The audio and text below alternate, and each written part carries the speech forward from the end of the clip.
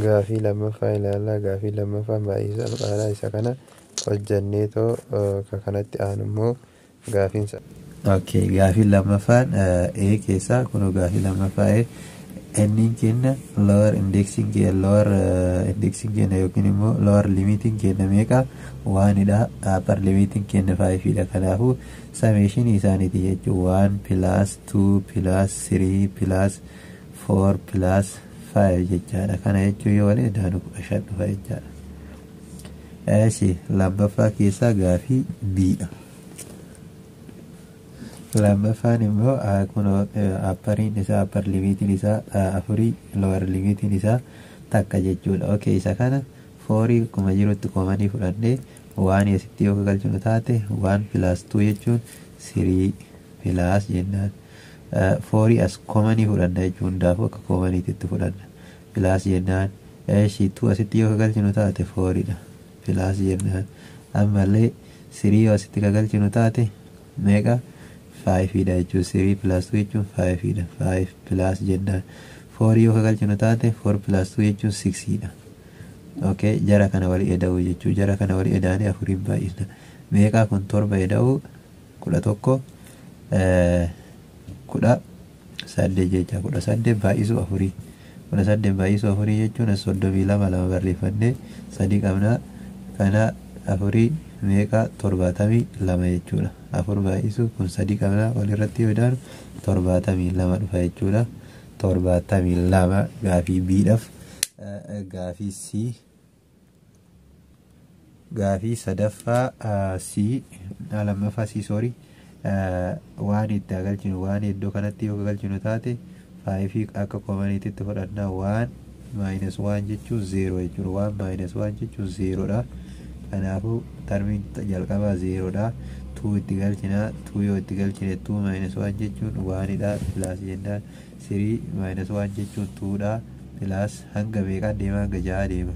1 2 3 4 eda'u 5 eda'u meeqa? 6ffaan hin jiru jechuudha. 1 2 3 4 5 6 isuma kana 6 jechuun meeqa dhufa? 5 baay'isa jechuudha. Termiin tokkoffaan 1 2 3 4 5 6 yoo walitti edaanee hanga 5 walitti edaanaa hanga 5 kan akka walitti edaanu meeqa? 6 eda'u 11 6 eda'u 9 meeqa? 15 jechuudha. 1 hanga 5 15 15 baay'isuu 5ti jechaadha. 15 baay'isuu 5 meeqa nuu dhufa? Jarri kun lamaan yoo waliin baay'istu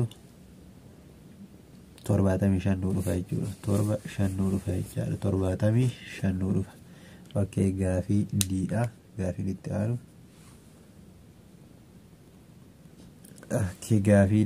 gaafiin D akkana jetti. Sirii kee jetti. Sirii akka koomaniitti fudhachuu jechuudha. Sirii akka koomaniitti fudhattee 1 akka 8 baay'ee barreessu. 1 2 3 4 5 eda'u 6 eda'u 7 eda'u 8 jechaadha.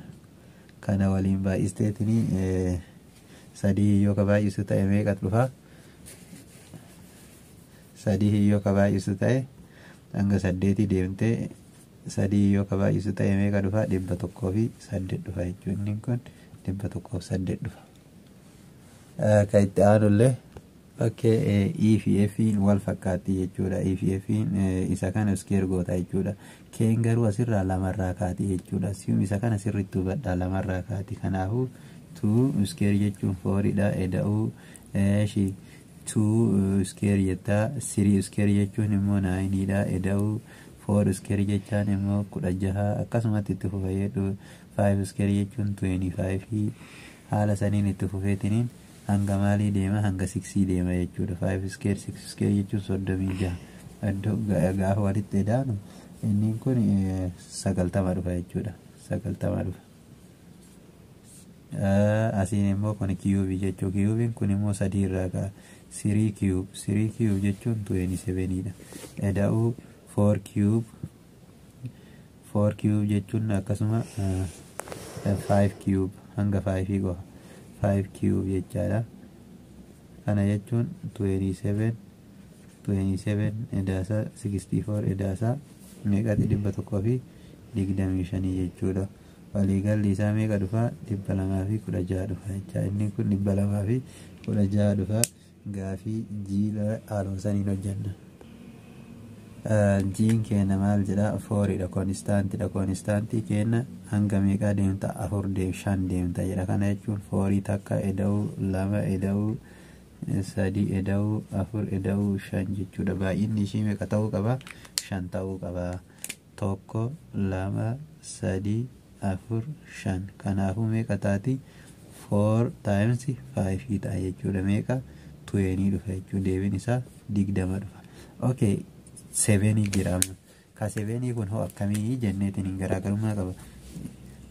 Lower limitiin keenya murteessaa jechuudha. Lower limitiin keenya 3 jecha. 3 irraa dabalataa isa sadaffaa 7 sadaffaarra jirtu 7 akka sadaffaarra jirtu 7 ol meeqa? 7 ol meeqa? 7 ol 7 ol osoo taate 7 ta'a jechuudha. Baay'inni isaa kanaafuu inni kun 8 ta'a jechuudha. Kanaafuu 7 plus 1 ta'a jechaadha. Yookiin immoo n plus 1 ta'a jechuudha. Inni kenname san plus 1 ta'a jechuudha. Kanaafuu al 8 kaana jechuudha. Isiitan al 8 kaana jechuudha. Isiitan al 8 kaana. Deemne kana jechuun 7 times 7 8 times jechaadha. 8 times yeroo kanaafuu meeqa dhufa?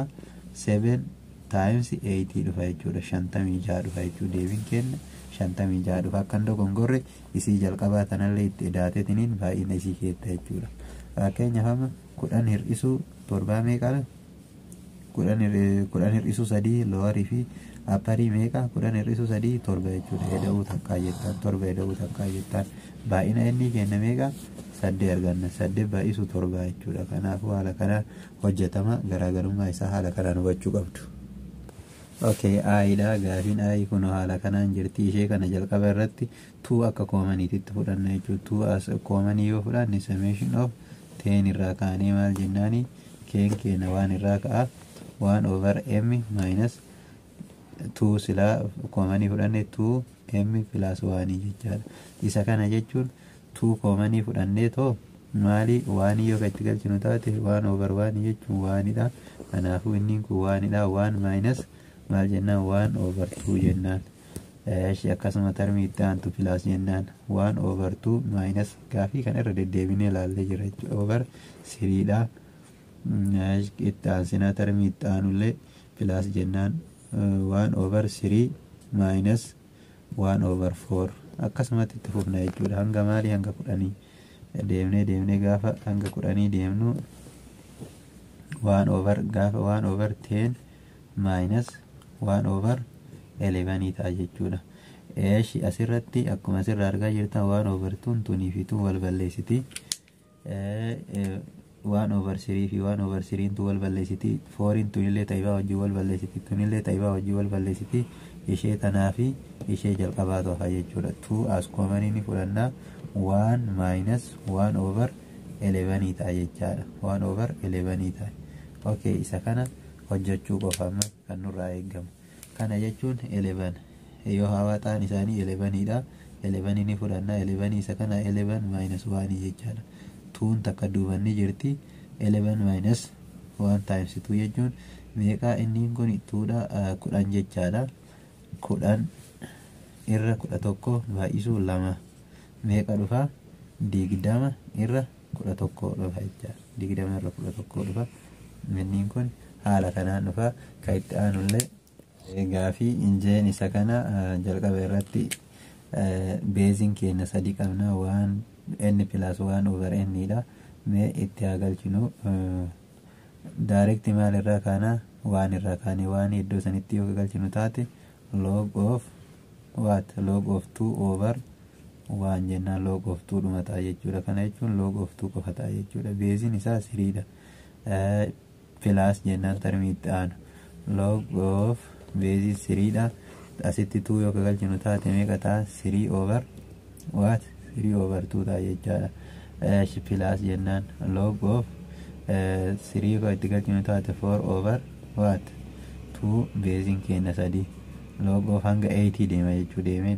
Deemee log of maal jennaan 9 jennaan jechuu ka 8 kun 9 dha 9 over 8 beeziin keenya 3 dha jechuudha 9 over 8 sorry 9 over 8 beeziin keenya 3 dhaan jira jechuudha. Okay, akkuma kana dura isiniin jedhe log of a plus log of b jechuun maali? Log of a times b jechaadha. Kanaafuu logii keenya log 3 koomanii fudhadha jechuudha. Log 3 koomanii fudhadhe maal waliin balleessa 2 times 3 over 2 times 4 over 3 times 5 over 4 jedhee itti fufee 9 over 8 jedheetini haala saniin hunda isaatu kan waliin gaaf kana maal nu ta'e asitti deemee log of 9 over 18 ka jiru kunillee haala kanaan deemna. Okay, kana jechuun immoo maal ta'a? Kun tun tana balleessitii 3 tana balleessitii 4 tana balleessitii deemee 18 tunillee ni baddi 9 kana qofatu hafa jechuudha. Kanaafuu log of what 9 base 3 dha jechuudha. Log of 9 base 3 jechuun 2 jechuudha. Akkamitti dhufa ka jedhu log of meeqa siin jedha 3 square jechuun 9 jechuun asiin 3 dha. Tun as bira dhufti jechuu deemtee tun achirraa kaate as dhufti. Kana jechuun waanii ta'a. Kanaafuu 2 ta'a jechaadha. Deebiin isaa 2 dha. Ishee tana immoo haala salphaadhaan hojjenna jechuudha. Gaafii kee tana isa kana jechuun loogii kana jechuun maal jechuudha ka jedhu isa kana furuu gochuudha jechuudha. Loogii kana keen paawar irra jirtu tun 2 the power of k keen tun gara na baati jechuudha. Log of 2 80 taati jechuudha. 80 jechuun amaluma isiitinuu maali 2 the power of 3 jechaadha 80 jechuun.